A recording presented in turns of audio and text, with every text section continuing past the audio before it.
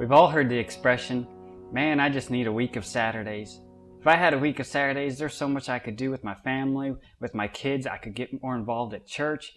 I could get more involved with different ministry programs. There's so much I could do for God and family if I had a week of Saturdays. Well, today we're going to be looking at how you can have not just a week of Saturdays, but how you can have 2 months of Saturdays per year for God and family.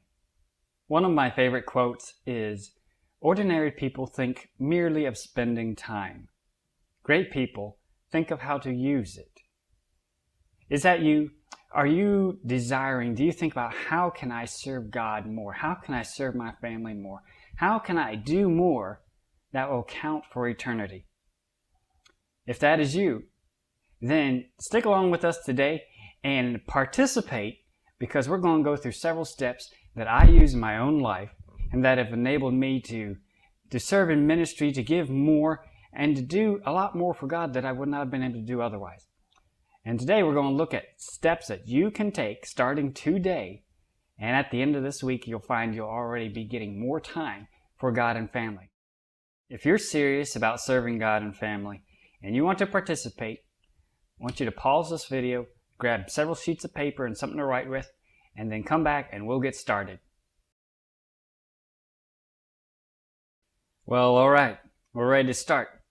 If you have your pieces of paper, just get one piece of paper, and I want you to do several things. First of all, draw a line down the middle and divide it into 2 columns. Label one side family or self. Label one side family or self, and the other God/ministry. All right, once you've done that, now I want you to pause the video and take a moment, and each of those columns I want you to write the top 10 things that just automatically come to your mind. The top 10 things that you want to do in both the area of family or self or God and ministry. So just write down the top 10 things, whether it's you want to help out at the church more, you want to be involved, you want to go witnessing, you want to have more personal time with God, you want to spend more time with your kids, you want to maybe learn some new skill, you want to spend more time with your spouse. Whatever it is, just write down some of the top 10 things you want to do in each of those areas. No particular order again, but just brainstorm. So pause the video, take a moment, and write those down, and we'll keep on going.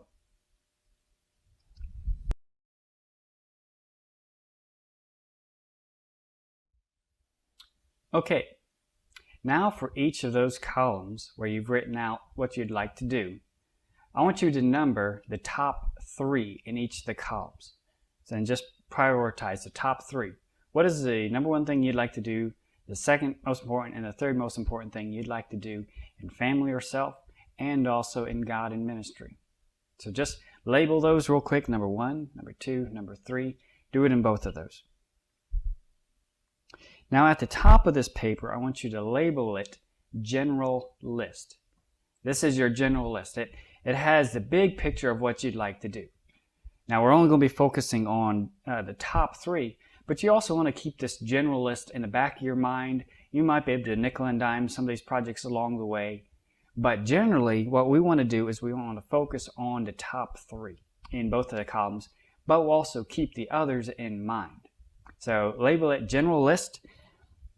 Now I want you to get a second sheet of paper, and I want you to again divide it down the middle most of the way, but divide it into 3 sections. Leave a space at the bottom, and again label the left column Family Self, the right column God and Ministry, and we'll just leave the blank space at the bottom empty for now.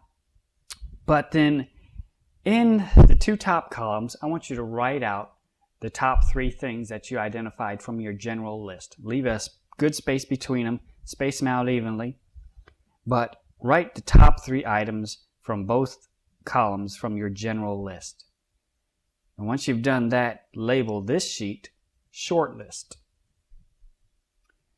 All right, the short list is where you spend most of your time and energy. You may have your general list in the back of your mind that you may be thinking of, and you might work on it here and there a little bit.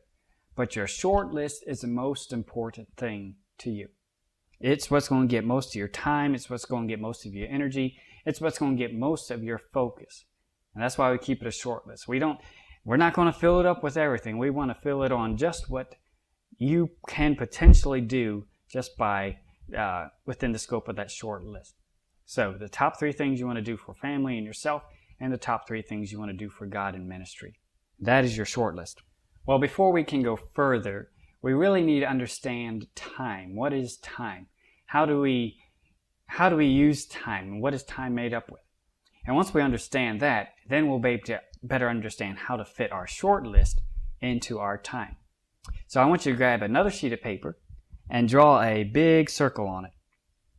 Now we all know that there are 24 hours in a day, so label this 24-hour day. Well, now we want to divide this circle into 24 segments. So divide the circle in half, divide it in half again, divide those portions in half, and then divide those portions into thirds. And so now we have our day divided into 24 segments. Now, first of all, we're going to mark down the time that we sleep and eat. And this is a time that is a given. It's the time that's always going to be consumed every single day. There's nothing we can really do about it unless we're a fasting insomniac. Generally, we're going to be spending about the same amount of time every single day for the rest of our lives, eating and sleeping. And so I want you to take the first 12 hours and just mark, well, we'll mark 8 of them Z for sleeping, and then mark the rest of them within that 12 period life. And the reason we do that is because generally every single day you're going to spend on average 12 hours just in the items that are given. The sleeping, the eating, the getting dressed, the meal prep, the basic hygiene. It's the things that you will have to do every single day, and those are a given. Those are already accounted for. We can't change those. So already half of our day is already accounted for. In John 11:9, Jesus Christ, the one who created the 24-hour day, he told his disciples that there are 12 effective hours in a day, recognizing that on average the other 12 are already accounted for. It's a given that you're going to be sleeping and eating and spending X amount of hours every single day doing that. So once we've taken out what's given, everyone generally has 12 hours in a day. Now this is one of the most important concepts that you need to grasp to make best use of your time, to give more time for activities for family, for God, for ministry. This is very important. Most people think of their day in a 24-hour period. Jesus says we need to think of our time in 12-hour segments. Because generally we have half the time that we think we do. And that's where a lot of people make the mistake. They think, well, I have 24 hours a day. I can afford to waste some of them. Whereas what we're going to look at today is you really only have 12 hours in a day. And we need to make every single hour count. That doesn't mean we're going to be workaholics. I mean, we're still going to be able to take time for rest and play and fun and all everything. But we do need to mentally think that we don't have a 24-hour day. We really have a 12-hour day. And really our whole life is defined by what we do with half of our time. You know, half of our life we're going to be sleeping and eating.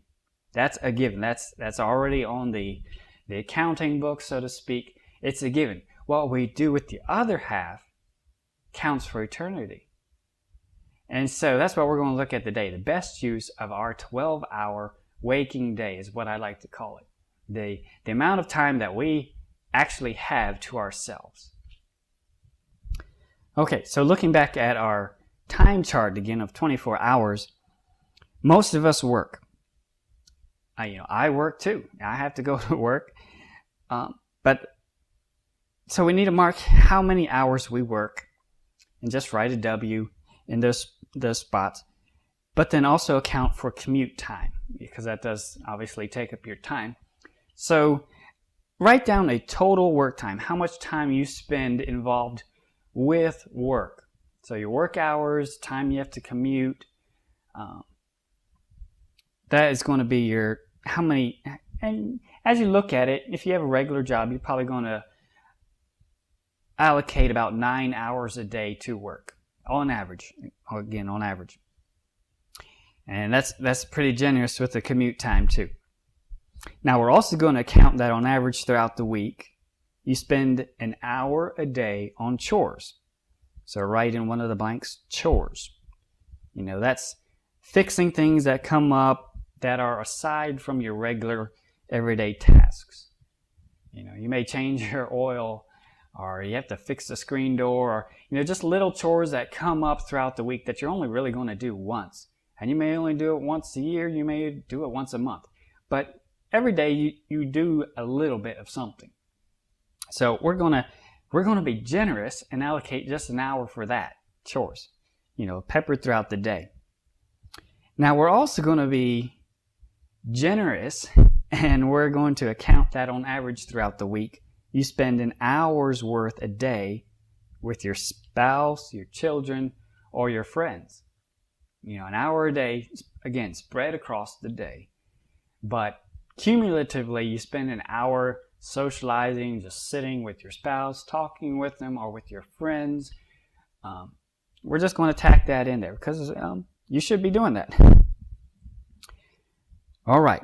Now, these charts do not reflect specific tasks that you may have that might be particular to you. For example, taking care of tasks on the homestead, feeding livestock, things that fit outside the average person's time schedule. What we're looking at is just a general time schedule and generalized tasks. Your results will vary. Okay, well, looking at our chart again, we have on average 1 hour's worth of unplanned free time each day. Now, we may not get it all in one chunk, and remember though, we were very generous with our estimates in other areas such as chores and commuting. Most people can have up to 2 to 3 hours of free time a day, easily. So on average, you're going to have 5 hours Monday through Friday that can be considered unscheduled. You can easily find things to fill it up with, but it's usually 5 hours within the workday, within the working days, that, not to consider it disposable, but you could give or take and do what you want with it generally. Now, for married individuals, we can say 5 hours free time at a minimum, and for singles, we could say at a minimum again, 10 hours free time during the weekdays. Now, the time chart, the whole time calculations that we're looking at do not take into account your day of rest, because that's a day of rest. So whatever day you take that on, rest on that day. Spend time with your family. Go on a picnic. Go swimming. Play with your kids. Obviously, go spend time with the church and spend time with God. But we're not including your day of rest in our time calculation. So we're really calculating for just 6 days that you have to work and do something, whether that's physical or mental, for God and family. Now, as we add up our time, we'll see that for a single person, you're going to have about 10 hours of free time on a weekend. If you're married, you're going to have around 8 hours free time on your weekend.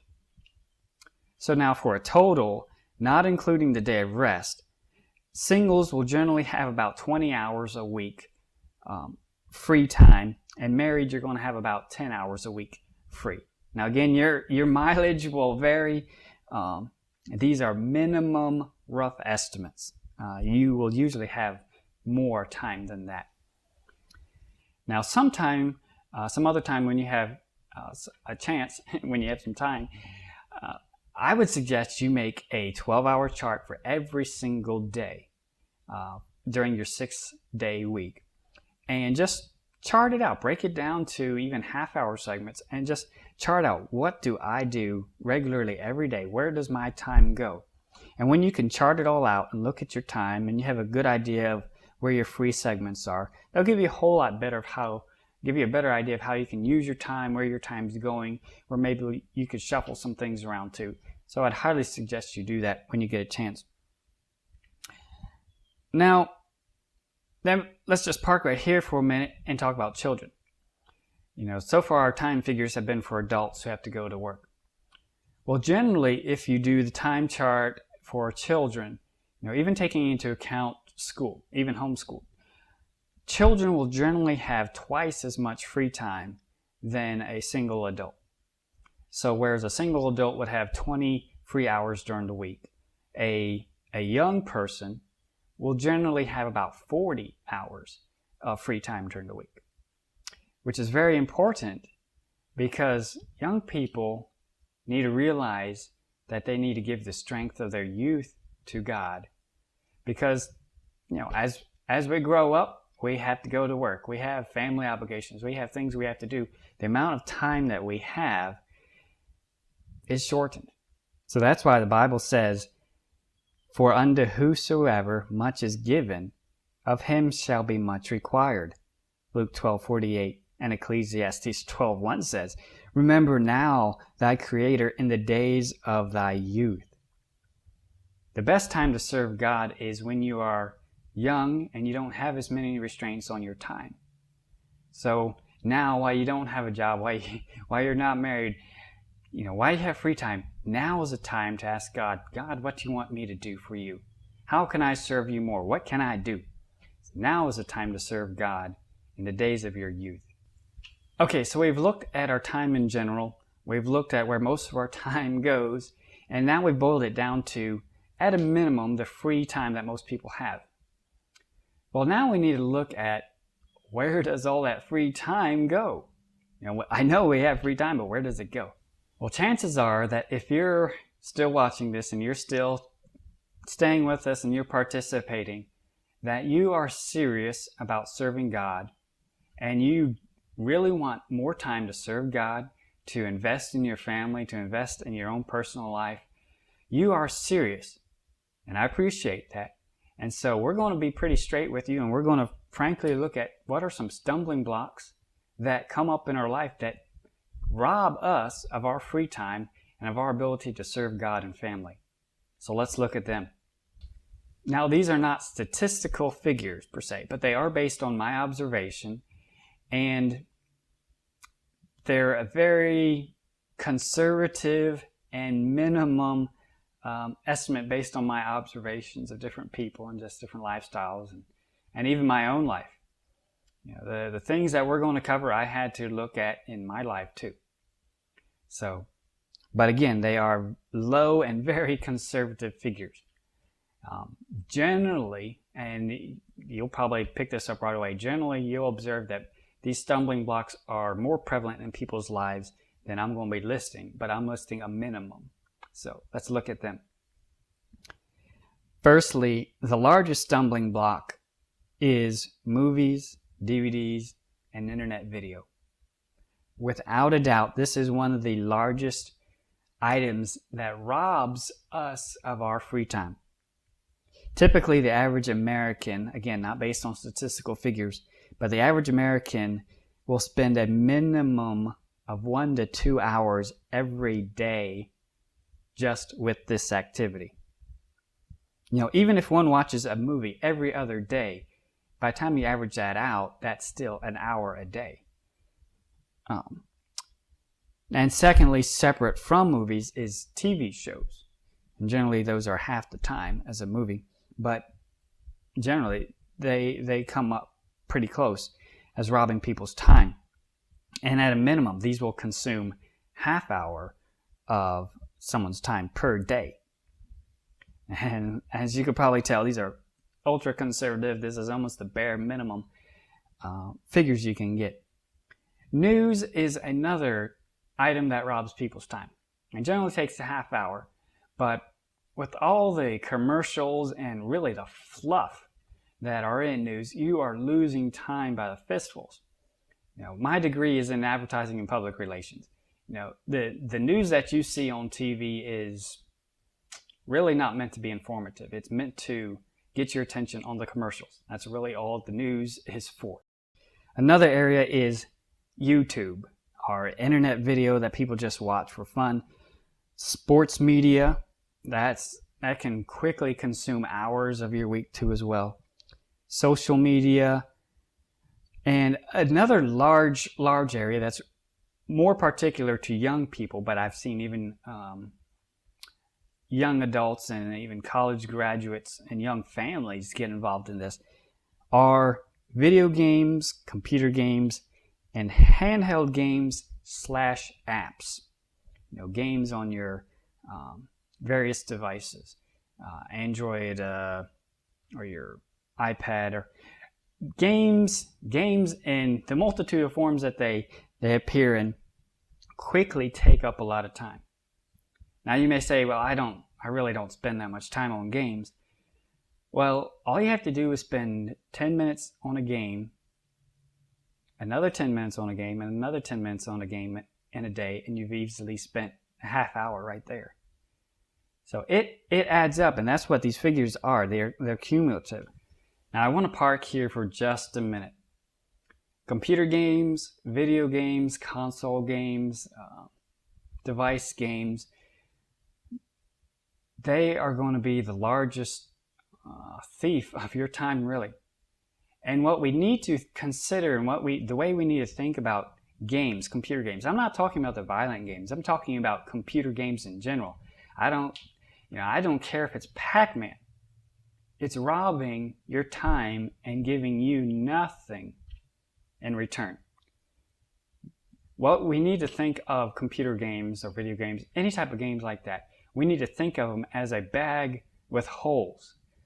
You are pouring your time, your energy, your zeal, your enthusiasm, and your money into it, and you're getting nothing in return. You're not even getting the ones and zeros that the video game's made out of. It's a bag with holes. And unfortunately, a lot of young people and young adults too are pouring their time into an activity which gives them nothing in return. Now let's just total up some of this. Let's be conservative and total the following for an adult day. Now let's say the average adult consumes video, whether it's DVD, internet video, news, or TV show. Let's say at a minimum they only consume 1 hour of video a day. And let's say they play total a day only a half hour. That's 10 minutes here, that's 10 minutes there, that's 10 minutes there. That goes quickly. So a half hour for apps and games. Let's say they spend 25 or a quarter of an hour on YouTube and social media, and then maybe if you throw in a movie a week, by the time you average that out, that's about a quarter of an hour, again, spread across every single day.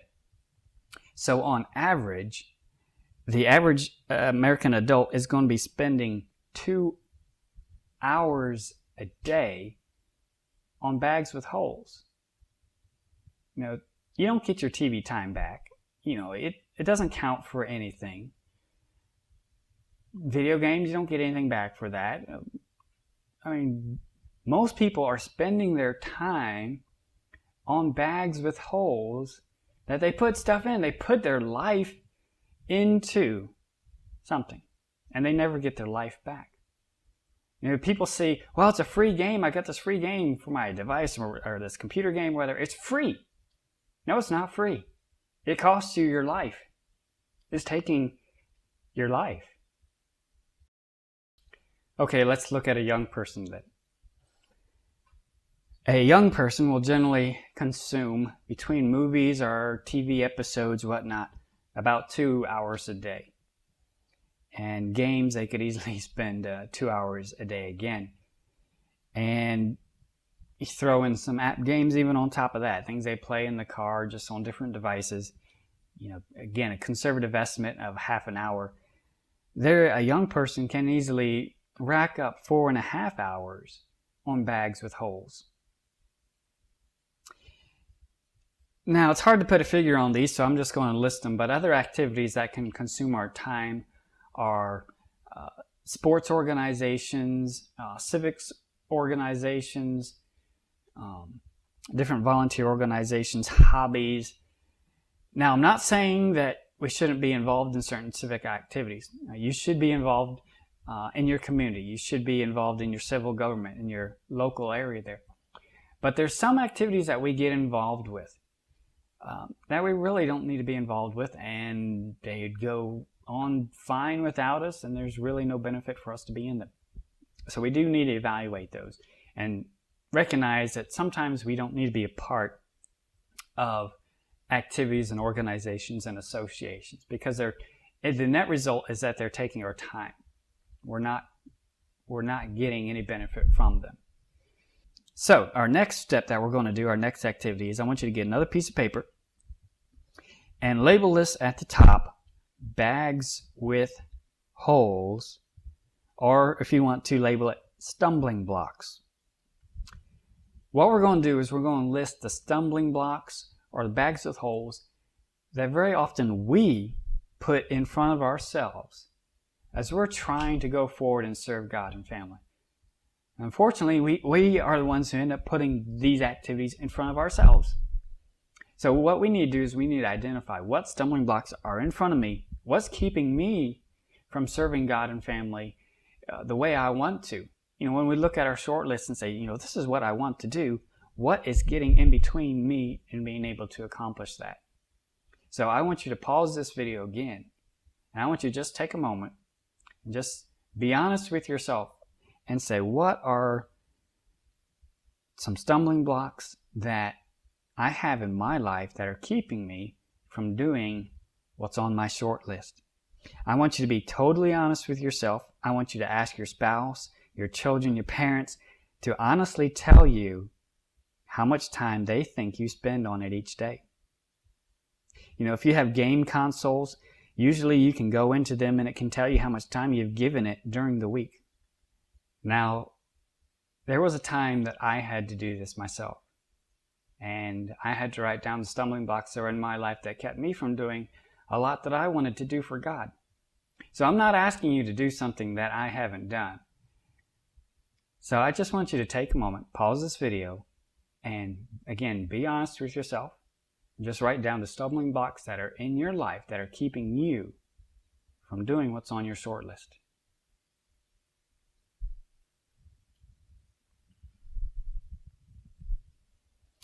Okay, now that you've written out your list of stumbling blocks, I want you to get your list of stumbling blocks, and I want you to get your short list, and put them side by side. And I want you to compare the two. And I want you to see what is more important to you while I read 2 Timothy 2:20 through 21. But in a great house there are not only vessels of gold and of silver, but also of wood and of earth, and some to honor, and some to dishonor. If a man therefore purge himself from these, he shall be a vessel unto honor, sanctified, and meet for the master's use, and prepared unto every good work. Look at your short list, the list of every good work. Are you prepared unto every good work? Are you meet for the master's use? If not, what needs to be purged? I just want to get a little transparent with you here. About 10 years ago, I had to write this very same list myself.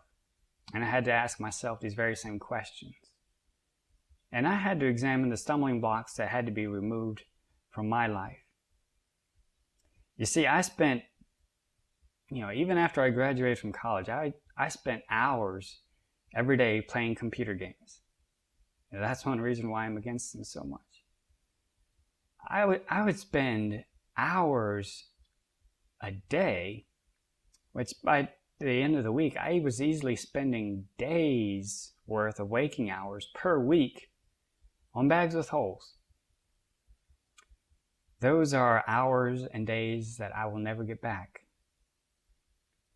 But it was when I examined the matter and wrote it down and said, you know what, this is keeping me from serving God, from going forward. That's time that I could be investing in eternity, and instead I'm investing it in nothing. It's costing me my life, this activity, and I'm getting nothing in return. Are you serious about removing the stumbling blocks in your life that are preventing you from serving God and family more? That is what we're looking at today, and I hope you're serious, because we're about to look at steps that we can take to accomplish what we want to do. On your short list, at the section at the bottom, we're going to create a checklist. Now, I don't know what your checklist will entail, but I will throw out a few ideas. I want you to write down, first of all, we are going to identify stumbling blocks that need to be removed.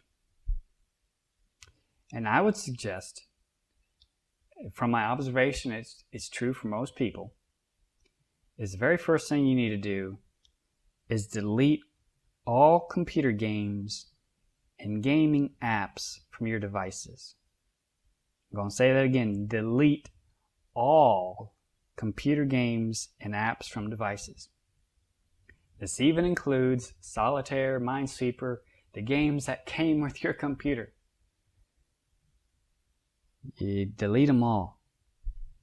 Now, I'm going to list several more, and then I'm going to address one of the largest objections that you're probably already running into right now. So just keep writing down, and in a few moments we'll get to it. Secondly, what you have to do is throw those game discs away. Throw them away. Don't keep them. Don't keep them for another day. Don't give them to somebody else. Throw them away. You have to burn that bridge. And going with that, throw all movies away. Now, even the movies that you consider, this ain't a bad movie. This is just a good family movie even. I would suggest you throw that one away too. Mainly because, what is a movie? You say, well, it's not that long. But how many times have you watched it? How many times are you going to watch it in the future? Over the course of that movie's life, you're going to give probably a whole waking day to it easily. Not to include the time of your child's life, not to count the time of your friend's life that you're giving to that little movie. Throw them away. You don't need to suck your life into a VCR or DVD player. Just throw it away. You have to burn the bridge that is keeping you from going forward for God. You're probably saying, I want to go forward for God, but we're being sucked backwards by this black hole of time, this bag of holes that we keep holding on to. Until you get rid of it, you're going to have a very hard time going forward, and we'll get to that here pretty soon too. Also, cancel subscriptions, whether it's cable, Netflix, or other video or media services like that. Anything that is just pouring media into your life and demands your time but gives you nothing in return, cancel it. Get rid of it. You'll save time. You'll save money. You'll get closer to your spouse and kids. Why do you keep it? If you are serious about what's on your short list, doing something for God and family, why not get rid of it? A lot of people say, oh, Brother Dan, you're asking me to sacrifice a lot here. Hello, look, I spent money on this. I'm spending money on this. We even watch this stuff together as a family. I want you to look at your two lists again. Look at your list of stumbling blocks.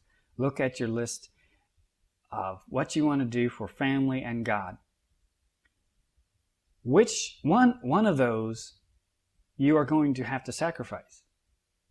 You're going to have to sacrifice either the time with family and God for a bag with holes, or you can give up your bag with holes to have time with family and God. You will be sacrificing one of them. You can't hold on to both of them. Now, when I started mentioning these things, I can almost guarantee you that Satan brought up some questions in your mind right away. As soon as I started saying you need to throw things away, his first question to you was, you're not really going to throw that away. I think of all the money you spent on it.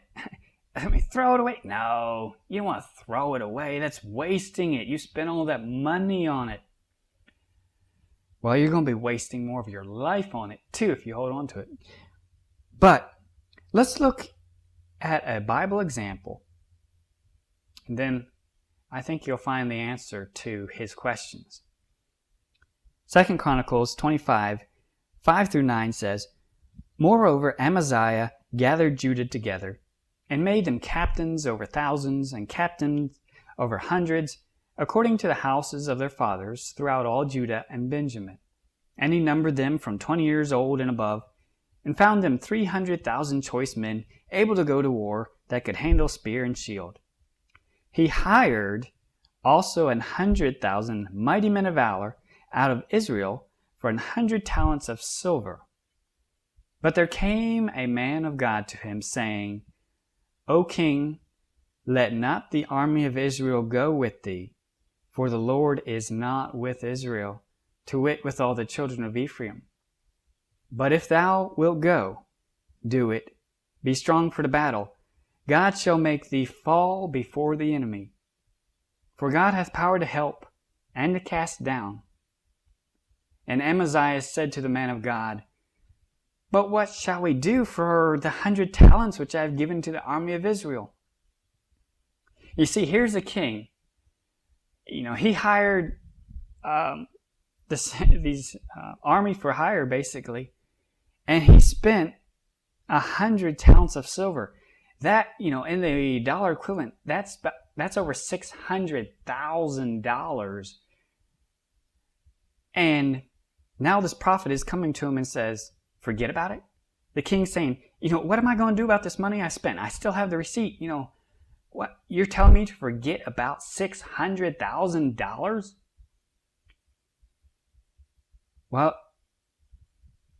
that's the same question a lot of people have when we tell them, there are some things you need to get rid of. Their first objection is, but what about all the money I've spent on this? Well, let's look at what the man of God replied to him.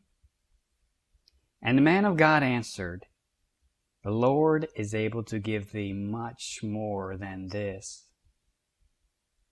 You see, we get our eyes focused on the money and say, look, I spent a lot of money on this whole collection of videos and games and movies.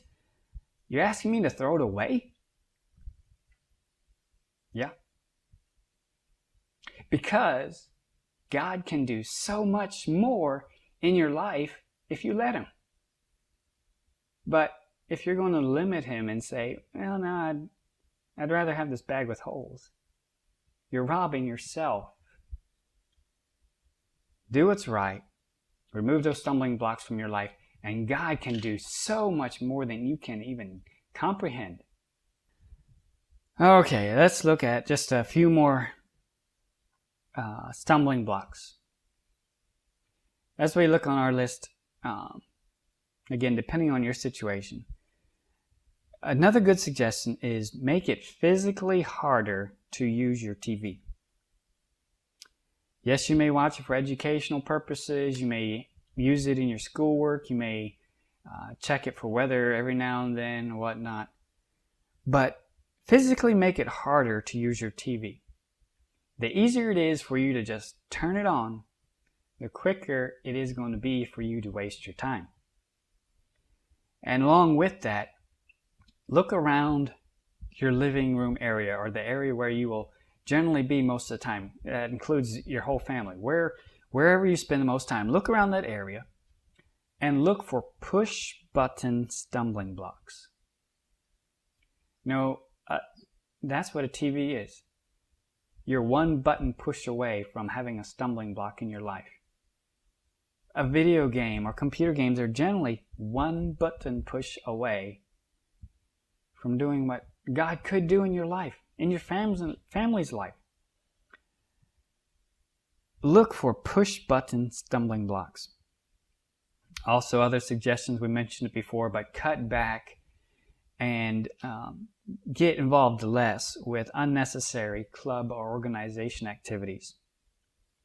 And also limit your social media access.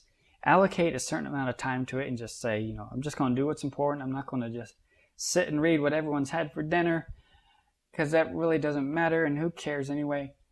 Just, touch base with the friends that you need to about important matters. Just allocate about 15 minutes every day to do that. Then get off. Get off the computer. Spend time with your kids, your spouse, your friends. Spend time with God. Okay, another major area that you could put on your checklist is identify alternatives. We've already identified stumbling blocks. Let's identify some alternatives.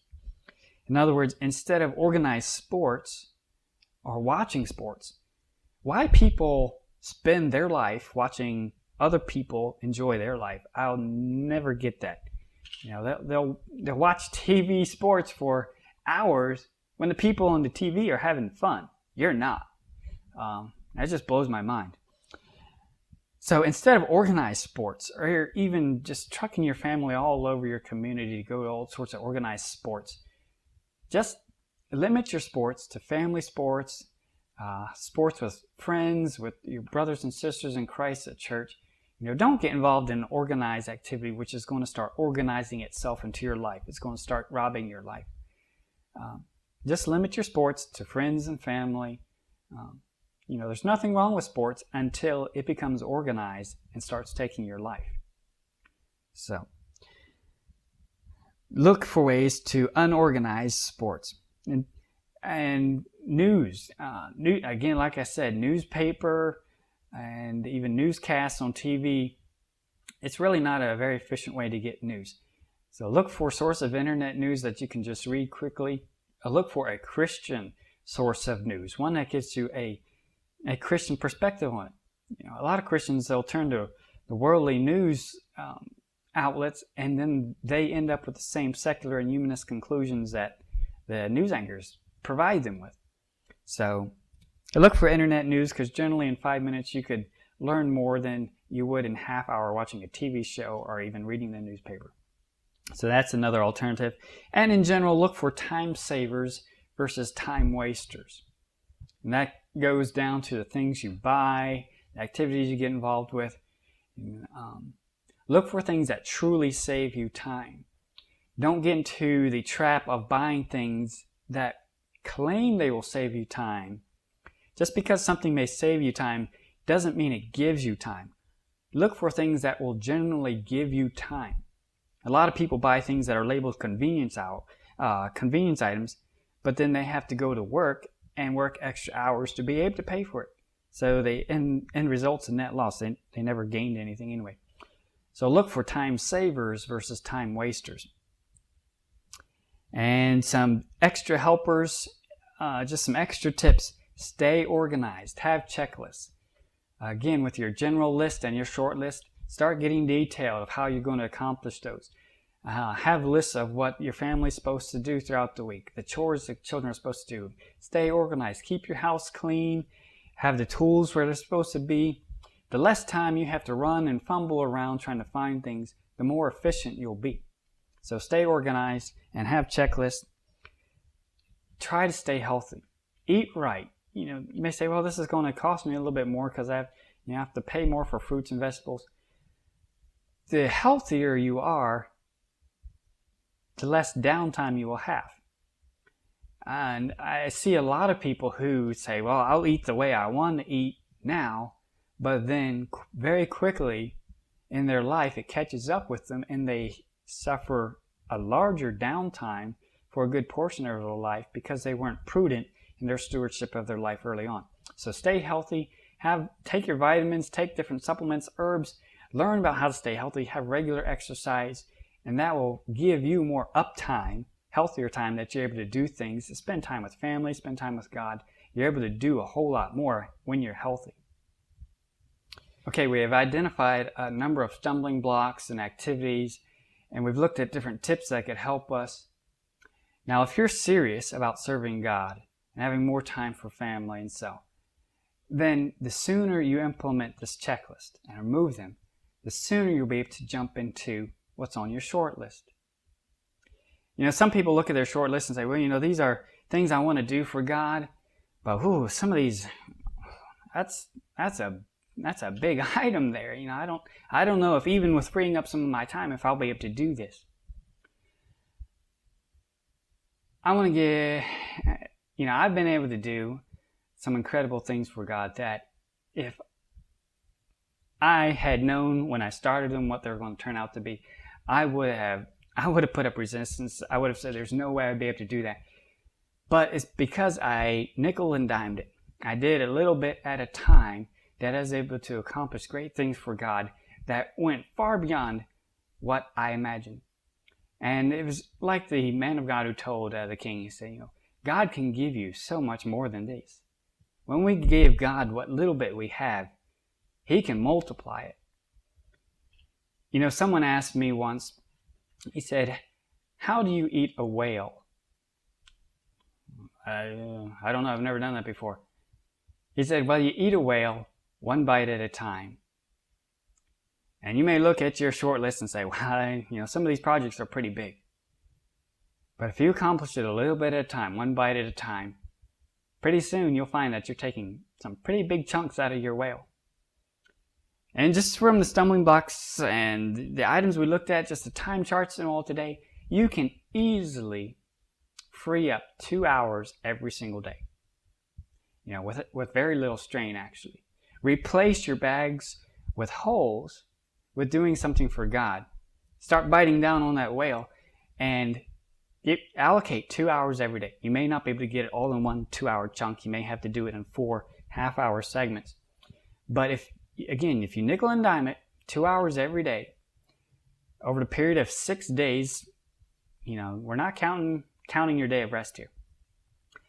You're going to find by the end of that week, you will have spent 12 waking hours per week on your short list doing something for God and family. And when we look back at our time charts, 12 hours is a whole waking day. So if every single week you can give God or family a whole day's worth of time, that means each month you're giving God, on average, about 5 days, whole days a month. Well, 5 days a month times 12 months, that's 60 waking days per year. And hence you have 2 months of Saturdays for God and family. Now, if you look at your list of stumbling blocks and your short list, one of those two is going to get that 2 months of Saturdays. It's going to be the one that you give it to. Are you going to give your time to a bag with holes? Or are you going to give it to God and family to count for eternity? The choice is yours. Do you want to hold on to a bag with holes? Or do you want to see the Lord do much more than this? He can, if you'll let Him. If you've made the decision to serve God, go forward and remove the stumbling blocks out of your life. If you made the decision to serve God and give more time to Him, to your family, to even bettering yourself, I want you to write me and let me know. That will make it more concrete too. But write me and let me know, what is your short list? What do you want to do for God? What are the steps that you are taking for God? You can write me at info@artoflogic.org or P.O. Box 403, Shelby, Alabama 35143. I would love to hear how you have made a decision to serve God and to better serve your family too. Well, we've covered a lot today, but I want you to be strong. I want you to be of good courage. I want you to do it. And we'll see you next time. Maranatha.